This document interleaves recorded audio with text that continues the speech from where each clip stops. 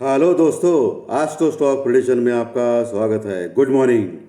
Pre market report में आपका स्वागत है दोस्तों। सुबह के 7:45 है। शुरू करने से पहले चैनल के डिस्क्रिप्शन बॉक्स में बिलो द टाइटल डिस्क्लेमर रखा है, उसको कृपया पढ़िए जानिए। एज पर डिस्क्लेमर, ये एजुकेशनल प्रोग्राम है। इसके तहत जो भी मैं बोलता हूँ ये मेरी पर्सनल राय है, मेरी खुद की राय है। आपके प्रॉफिट या लॉस, लाभ या हानि के लिए मैं और मेरा चैनल जिम्मेदार नहीं रहेंगे, रिस्पॉन्सिबल नहीं रहेंगे। ये प्लीज़ प्लीज़ नोट करके रखिए। चलिए दोस्तों, शुरू करेंगे। दोस्तों, फ्राइडे के दिन डो जोन्स लगभग 350 पॉइंट माइनस में क्लोज हो गया और इसका असर हमारे मार्केट पे आपने देखा रहेगा। सैटरडे के दिन, संडे के दिन लगभग एसजीएक्स निफ्टी 120 पॉइंट माइनस में दिखा रहा था, 116 पॉइंट माइनस में दिखा रहा था।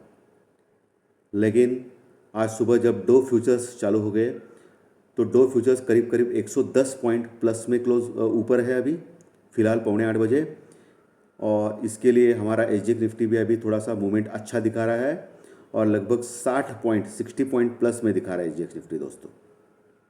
तो इसका मतलब ये होता है कि market flat to negative open हो रहा है। तो इसके बाद का मूवमेंट क्या हो सकता है, ये हम लोग अभी जानने की कोशिश करेंगे। जैसे कि आपको मैंने कल क्लियरली बोला है कि 8 जून को यानी कि बुधवार को सुबह 10:30 से 12:30 बजे के आसपास रिज़र्व बैंक ऑफ इंडिया का एमपीसी मीटिंग जो कंडक्ट चालू है उसका रिज़ल्ट आने वाला है और वहाँ इंटरेस्ट रेट बढ़ाने का 100% उन्होंने सोचा है। वो ऑलरेडी बोल चुके हैं आरबीआई के गवर्नर। लेकिन क्वेश्चन ये है कि कितने बेसिस पॉइंट वो बढ़ाएंगे। बाज़ार को लगता है, इंडियन स्टॉक मार्केट को, कि 25 पॉइंट या 40 पॉइंट बेसिस पॉइंट तक बढ़ा सकते हैं। और अगर 25 पॉइंट यानी कि 0.25% और 40 पॉइंट अगर बढ़ा दिया आरबीआई ने तो बाज़ार में थोड़ा सा नेगेटिव होगा, इतना फ़र्क नहीं होगा। लेकिन अगर 75 बेसिस पॉइंट या 100 बेसिस पॉइंट यानी कि 1% इतना बढ़ा दिया ज़्यादा तो मार्केट क्रैश हो सकता है आज के ही दिन 400-500 पॉइंट। ये आप ध्यान में रखिए। आज यानी 8 तारीख को, आज नहीं, आज का कोई संबंध नहीं है। तो इसका हैंगओवर मार्केट पे रहेगा अप टिल जब तक आरबीआई ये डिक्लेयर नहीं करेगा तब तक ये रहेगा दोस्तों। इसके लिए आपको आने वाले 3 दिन बुधवार तक आपको बहुत ही केयरफुल काम करना है। मार्केट में नीचे ऊपर के मूवमेंट्स आ सकते हैं। मार्केट कैपअप है, जैसे कि मैंने 3-4 दिन पहले आपको बोला था कि नीचे 16,400 लेवल और ऊपर 16,800 लेवल, ये 400 पॉइंट में ही खेलने का ट्राई कर रहा है मार्केट। बहुत ज़्यादा नेगेटिव खबर आ गई तो वो नीचे आ जाएगा, या अच्छी खबर रशिया और यूक्रेन के फ्रंट से आई तो ऊपर जाएगा। और फेड की भी मीटिंग अगले हफ्ते है इंटरेस्ट रेट बढ़ाने की अमेरिकन मार्केट में। तो इसके चलते ये 10 दिन बहुत ही इंपॉर्टेंट है दोस्तों। 10-12 दिन जो है वो बहुत ही इंपॉर्टेंट है ग्लोबल मार्केट के लिए। और यूरोपियन बैंक भी गुरुवार को डिसीजन ले रहा है इंटरेस्ट रेट हाइक करने का यूरोपियन मार्केट में। तो ये भी, इसका भी असर देखा जाएगा गुरुवार को। तो टोटली आप ये कह सकते हैं ये हफ्ते पूरा मार्केट ऊपर नीचे कर सकता है। वोलेटिलिटी ज़बरदस्त रहेगी। इसके लिए प्रॉपर हेजिंग करना ये एक ही मात्र इसका आंसर है, या प्रॉपर स्टॉप लॉस रखना दोस्तों। क्योंकि कोई भी हर दिन बुल्स और हर दिन बियर्स, या हर पल बुल्स और हर पल बियर्स ऐसा हो सकता है। तो आपको बच के ही काम करना है। इंडिया विक्स हालांकि माइनस में क्लोज हो गया था शुक्रवार के दिन, 20 के नीचे आ गया, ये अच्छी बात है। और पुट कॉल रेशो 0.97 के पास है, यानी कि ठीक ठाक है। इतना ओवरसोल्ड भी नहीं और इतना ओवरबॉट नहीं, बैलेंस है। निफ्टी का बोल रहा हूँ मैं। बैंक निफ्टी का थोड़ा माइनस हो गया है, ये अच्छी बात है। लेकिन बैंक निफ्टी में कैसा कि reserve bank of India rate of interest बढ़ाने वाला है, इसका मतलब बैंक के ऊपर इम्पैक्ट करेगा। तो इसके लिए बैंक के जो स्टॉक्स है या बैंकिंग जो सेक्टर है या बैंकिंग इंडेक्स है, ये थोड़ा वोलेटाइल रह सकता है। ऊपर नीचे एक सीमित दायरे में काम कर सकता है। मुझे लगता है कि नीचे 34,500 का लेवल अहम रहेगा सपोर्ट के लेवल से, और 35,000 भी अहम सपोर्ट का लेवल है बैंक निफ्टी में। और ऊपर 35,850 यानी कि 36,000 मोटा मोटी रखिए।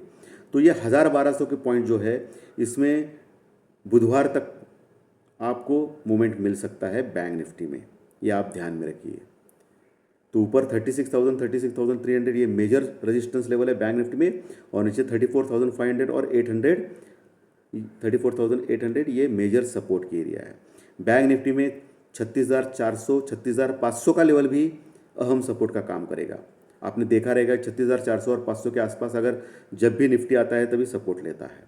और ऊपर आपको तो मालूम है 36,000 नहीं, सॉरी 16,000 16,500 और 16,400 के पास आया तो निफ्टी हमेशा सपोर्ट लेता है। और 16,700 से 750 का जो लेवल है वो एक रेजिस्टेंस का लेवल है। और ऊपर तो आपको सबको मालूम है कि 16,800 850 बहुत ही बड़ा रेजिस्टेंस का लेवल है निफ्टी में। अगर 16,400 के नीचे गया तो 16,200 250 इंपॉर्टेंट सपोर्ट है। उसके नीचे गया तो फिर दोस्तों 15,700 800 आने में देर नहीं लगेगी निफ्टी में, ये आपको दिमाग में रखना है। क्रूड ऑयल फ्राइडे के दिन थोड़े बढ़े, लेकिन ठीक है कोई बात नहीं, $115 के आसपास बन रहा है तो इतना कुछ फ़र्क नहीं पड़ रहा है। तो क्रूड ऑयल प्राइसेस वही तक है दोस्तों, लेकिन आज बढ़ना नहीं चाहिए, ये भी इम्पॉर्टेंट रहेगा मार्केट के लिए। रशिया और यूक्रेन के फ्रंट से टाइम पास की बातें चल रही है, कुछ नहीं हो रहा है, ये अटैक कर रहे हैं और अमेरिका कुछ शस्त्र दे रहा है यूक्रेन को। और रशिया का नया स्टेटमेंट आ गया कि अगर अमेरिका ने बहुत बड़े बड़े शस्त्र दिए तो यूक्रेन के अलग प्रांत में वो हल्ला करेगा, वॉर करेगा। अभी तक का तो मैपिंग के ऊपर ऐसा दिखाई दे रहा है कि रशिया ने यूक्रेन का सिर्फ 20% के भाग के ऊपर हल्ला किया है अभी तक, 20% ओनली, 100% नहीं। पूरा रशिया पूरा यूक्रेन बर्बाद नहीं हुआ है, यूक्रेन का 20% के ऊपर हल्ला किया है रशिया ने। तो इसका मतलब ये युद्ध ऑलरेडी 4 महीने हो चुके हैं, 4-5 महीने, और कितना लंबा बढ़ेगा ये कह नहीं सकते हैं दोस्तों, क्योंकि इधर रशिया इसके ऊपर अटैक कर रहा है और यूक्रेन को सब कंट्रीज़ बाकी सप्लाई दे रही है, आर्म की सप्लाई।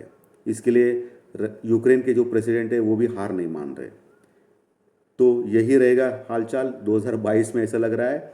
और ग्लोबल मार्केट जब तक रशिया और यूक्रेन वॉर ख़त्म नहीं होता है तब तक ये इंटरेस्ट रेट बढ़ने का जो साइकिल है वो डेंजरसली हो सकता है, महंगाई ज़्यादा हो सकती है। इसके लिए पूरे वर्ल्ड इकोनॉमी में यही हलचल रहेगा, बहुत बड़ी बड़ी गिरावट और बहुत बड़ा उछाल, गैप अप और गैप डाउन का। तो ऐसे हाल में आपको बच के ही काम करना है, इसमें कोई दो राय नहीं दोस्तों। आपको जैसे मालूम है, मैंने कल ऑलरेडी बोला है कि एफआई ने तगड़ी सेलिंग की थी फ्राइडे के दिन, 3800 करोड़ का माल बेचा था और डीआई ने लगभग 2400 करोड़ का माल खरीदा था।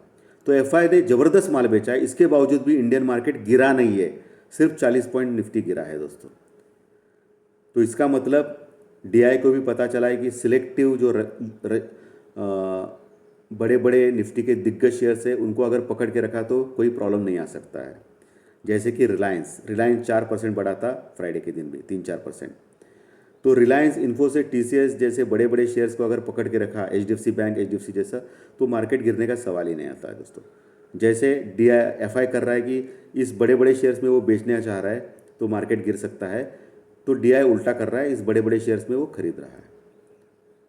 लेकिन कब तक डीआई करेगा ये भी मामला है, और कब तक एफआई भी करेगा, क्योंकि एफआई ऑलरेडी बहुत बहुत बहुत बेच चुका है पिछले 1.5 साल से।